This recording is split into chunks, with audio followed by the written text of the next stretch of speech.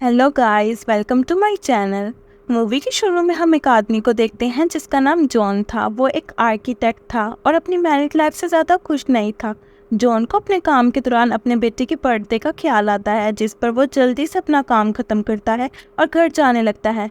वो सोचता है कि वो अपनी वाइफ से सुलह कर लेगा ताकि उसका बेटा उनकी वजह से कोई टेंशन ना ले।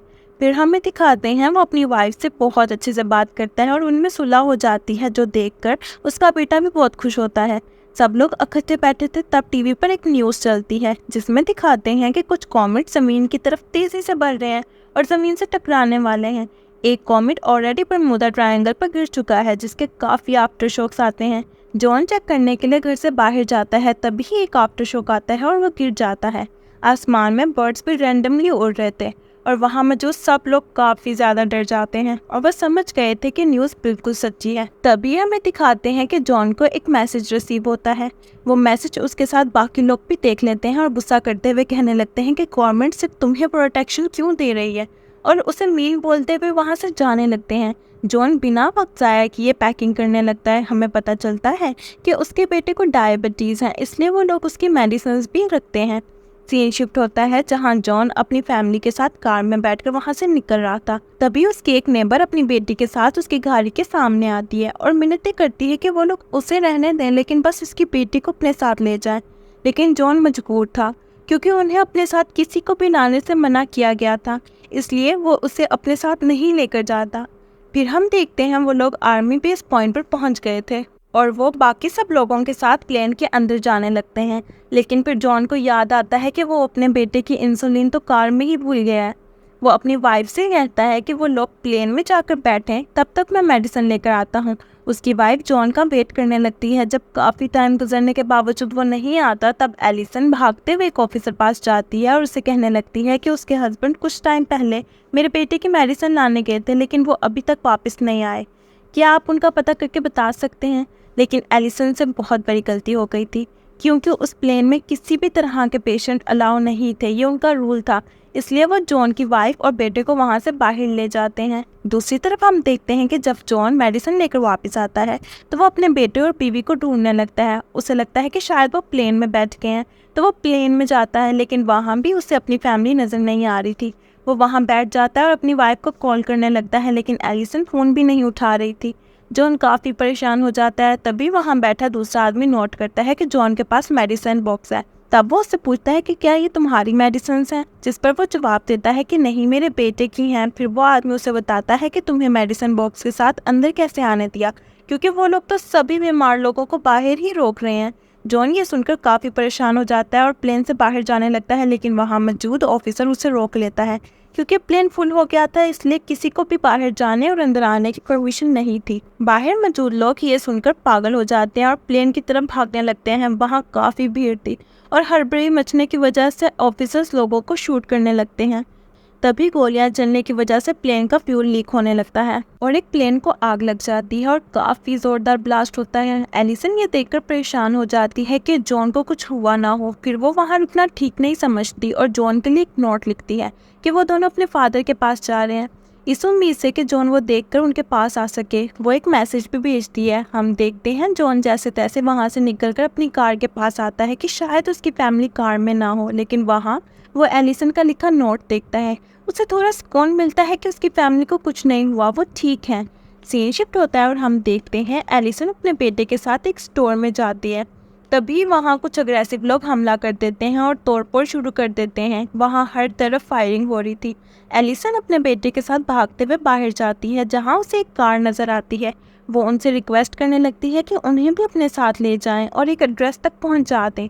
वो आदमी उनकी बात मानकर कार में बैठने का बोलता है। फिर उन लोगों में बातें शुरू होती हैं, जहां एलिसन बातों बातों में बता देती है कि उन्हें गवर्नमेंट ने प्रोटेक्शन देनी थी और शेल्टर हाउस पहुंचाना था, लेकिन वो लोग इतने बुरे हैं कि मेरे बेटे को सिर्फ डायबिटीज़ होने की वजह से प्लेन में बैठने नहीं दिया। वो उसको सारी स्टोरी बताती है कि वो यहाँ कैसे आई। जो आदमी ड्राइव कर रहा था वो थोड़ा अजीब तरीके से बोलने लगता है कि वाकई उन्होंने तुम लोगों को इनवाइट किया था और फिर तुम लोगों को अपने साथ आने नहीं दिया। ऐसा तो नहीं होना चाहिए, इस बच्चे को तो ज़्यादा मदद की ज़रूरत है।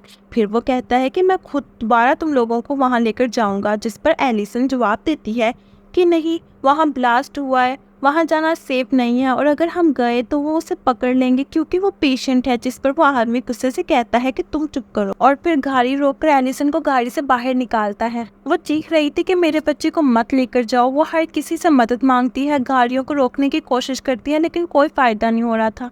दूसरी तरफ हम देखते हैं जॉन अपनी फैमिली को ढूंढ रहा था। तभी उसकी नज़र एक टीनेजर ग्रुप पर पड़ती है जो एंजॉय और फन कर रहे थे। उनके मुताबिक वो अपना आखिरी पल एंजॉय कर रहे थे और तभी हमें दिखाते हैं कि कॉमेट्स गिरना शुरू हो रहे थे जिससे ब्लास्ट हो रहे थे। जॉन काफ़ी परेशान होता है। वो देखता है एक ट्रक कनाडा की तरफ जा रहा है। वो मदद मांगता है और उस ट्रक में बैठ जाता है क्योंकि उसकी वाइफ जहाँ जा रही थी वो भी उस रास्ते में ही पड़ना था। फिर हम देखते हैं जॉन के पास एक लड़का बैठा था जो जॉन से बात करने लगता है। वो कहता है कि क्या तुम्हें पता है कि गवर्नमेंट ने सिर्फ खास लोगों को क्यों चुना है? मेरी मॉम एक डॉक्टर हैं, वो भी चुनी गई हैं। उन्होंने मुझे बताया है कि कॉमेट गिरने से बहुत तबाही होगी और वो सिर्फ उन्हें ही प्रोटेक्शन दे रहे हैं जिनकी ज़रूरत पड़ेगी। जैसे तुमने बताया तुम आर्किटेक्ट हो और चुने गए हो। जब सब नॉर्मल होगा तो बिल्डिंग बनाने के लिए उन्हें तुम्हारी ज़रूरत पड़ेगी। वो सिर्फ अपने मतलब के लिए लेकर जा रहे हैं। वो उसे बताता है कि हम कनाडा जा रहे हैं जहाँ एक लास्ट फ्लाइट ग्रीनलैंड की तरफ जाएगी और वहीं पर शेल्टर हाउस भी है। हम लोग वहाँ छुप कर जा रहे हैं। फिर वो जॉन से पूछता है कि तुम तो सिलेक्टेड लोगों में से हो तो वहाँ वैसे भी जा सकते हो। जिस पर जॉन अपनी सारी स्टोरी बताता है और ये भी बोलता है कि उसकी वाइफ और बच्चा खो गया है जिसे उसे ढूंढना है। लेकिन फिर वहाँ पर कुछ लोग जॉन से लड़ने लगते हैं और उससे कहने लगते हैं कि हमारे साथ चलो। उनमें काफ़ी सीरियस लड़ाई हो जाती है और वो लड़का जो जॉन के साथ बातें कर रहा था वो जॉन को बचाते हुए खुद मारा जाता है। सीन शिफ्ट होता है और हम उस आदमी को देखते हैं जिसने जॉन की बीबी को गाड़ी से निकाला था। वो कहने लगता है कि हमें चुना नहीं गया था लेकिन इस बच्चे की वजह से हमारी मदद हो सकती है क्योंकि इसके हाथ में वो स्ट्रिप है जो सिर्फ सिलेक्टेड लोगों को दी जाती है। फिर वो तीनों आर्मी बेस में पहुंचते हैं। वो वहाँ की सिक्योरिटी से कहता है कि हमारे बेटे के हाथ में स्ट्रिप है और हमारी स्ट्रिप कहीं खो गई है क्योंकि यहाँ के हालात बहुत ख़राब हैं। हमें प्लेन में प्लीज़ जाने दिया जाए। लेकिन उसका बेटा रोते हुए बोलता है कि ये मेरे पेरेंट्स नहीं हैं। वो ऑफिसर सारा मामला समझ जाता है और उस बच्चे को पकड़ लेता है। हम देखते हैं एलिसन को लिफ्ट मिल जाती है और वो भी वहीं पहुंचती है और सिक्योरिटी से अपने बच्चे के बारे में पूछने लगती है। वो अपने बच्चे की सारी निशानियां बताती है। फिर एक ऑफिसर उसे नर्सिंग कैंप लेकर जाता है। उसे अपना बेटा मिल जाता है। वो नर्स उसे कहती है कि आप फिक्र ना करें, हमने उसे इंसुलिन लगा दी है। एलिसन उसे कहती है कि क्या वो उसे उसके फादर तक पहुँचा सकती है। वो जब उनका एड्रेस बताती है तो नर्स कहने लगती है आप फिक्र ना करें, वहाँ के लिए एक बस जाती है जिसका मैं आपको बता दूंगी। वो उस नर्स का शुक्रिया अदा करती है और वहाँ से निकल जाती है। वो फाइनली बस तक पहुँच गई थी। वो अपने फादर के घर से काफ़ी पास होती है। हमें दिखाते हैं जॉन भी किसी तरह वहाँ पहुँचने में कामयाब हो जाता है और उसके फादर के घर पर आता है। जब वो एलिसन का पूछता है तो उसका फादर उसे कहता है कि यहाँ कोई भी नहीं आया, यहाँ किसी ने आना था। जॉन बहुत ज़्यादा टेंस हो जाता है। उसका फादर भी जॉन पर गुस्सा करते हुए बोलता है कि मैंने अपनी बच्ची और ग्रैंडसन की रिस्पॉन्सिबिलिटी तुम्हें दी थी और तुमने उन्हें अकेला क्यों छोड़ दिया। जॉन काफ़ी ज़्यादा परेशान हो रहा होता है और अपनी फैमिली के लिए प्रे कर रहा था। तब जॉन को एलिसन की कॉल आती है जो उसे बताती है कि वो घर के काफ़ी पास आ चुके हैं। फिर जॉन और एलिसन के फादर उसे ढूंढने जाते हैं। फाइनली उसे वो लोग मिल जाते हैं। वो काफ़ी खुश थे कि अब वो तीनों इकट्ठे हैं और सही सलामत हैं। फिर जॉन उसे कहता है कि यहाँ भी कॉमेट्स गिरने वाले हैं। गवर्नमेंट ने ग्रीनलैंड में शेल्टर बनाया है, हमें जल्द से जल्द वहाँ जाना होगा। वो सब निकलने के लिए तैयार थे। एलिसन अपने फादर से कहती है कि वो भी उनके साथ चलें, जिस पर वो मना करते हुए कहते हैं कि अब तो वैसे भी उनकी उम्र हो चुकी है, इसलिए मेरी यही विश है कि मैं अपनी लाइफ के आखिरी पल अपने दोस्तों के साथ यही गुजारूं। वैसे भी जब मौत आनी हो तो आकर ही रहती है। फिर भी मैं दुआ करूंगा कि सब कुछ ठीक रहे। एलिसन अपने डैड के साथ ना जाने पर दुखी हो जाती है। फिर वो लोग कार में बैठकर ग्रीनलैंड की तरफ निकलते हैं और तभी वहाँ छोटे छोटे कॉमेट्स गिरने लगते हैं और ब्लास्ट होने लगते हैं और हर तरफ भी कॉमेट के छोटे छोटे हिस्से गिर रहे थे और गाड़ियों को आग लगती जा रही थी। लोग अपनी जान बचाने के लिए भाग रहे थे। हर तरफ ट्रैफिक भर गई थी। जॉन अपनी वाइफ को हिम्मत ना हारने का कहता है। वो कहता है हमें अपने बेटे की खातिर आगे बढ़ना होगा। वो लोग वहाँ से निकलते हैं। जॉन बताता है कि एक आखिरी फ्लाइट ग्रीनलैंड की तरफ जा रही है और हमें हर हाल में वहाँ पहुँचना होगा। वो लोग वहाँ पहुँचते हैं तो देखते हैं कि प्लेन तो बस टेक ऑफ करने वाला है। वो लोग लेट हो चुके थे। फिर जॉन अपनी कार प्लेन के सामने ले आता है। तब एक आदमी आता है और कहता है कि क्या तुम पागल हो गए हो। जॉन उसे कहता है कि हम सर्वाइवर्स हैं, आपसे रिक्वेस्ट करता हूँ प्लीज़ हमें प्लेन में आने दें। मेरा बच्चा बहुत छोटा है और हम सिलेक्टेड फैमिली में से एक हैं। वो आदमी उन्हें अंदर आने देता है। अब वो लोग ग्रीनलैंड पहुंच ही गए थे, तभी वहां एक कॉमेट आकर गिरता है, जिसके गिरने से एक बहुत बड़ा ब्लास्ट होता है और आफ्टर शॉक ऊपर प्लेन से टकराती हैं, जिससे प्लेन बेकाबू होकर पहाड़ से टकराता है और क्रैश हो जाता है। खुशकिस्मती से प्लेन का सिर्फ आगे का हिस्सा डैमेज हुआ था और प्लेन में आग नहीं लगी थी, इसलिए वो सब बच गए थे। वो सब लोग वहां शेल्टर हाउस देख के हाथ हिलाने लगते हैं।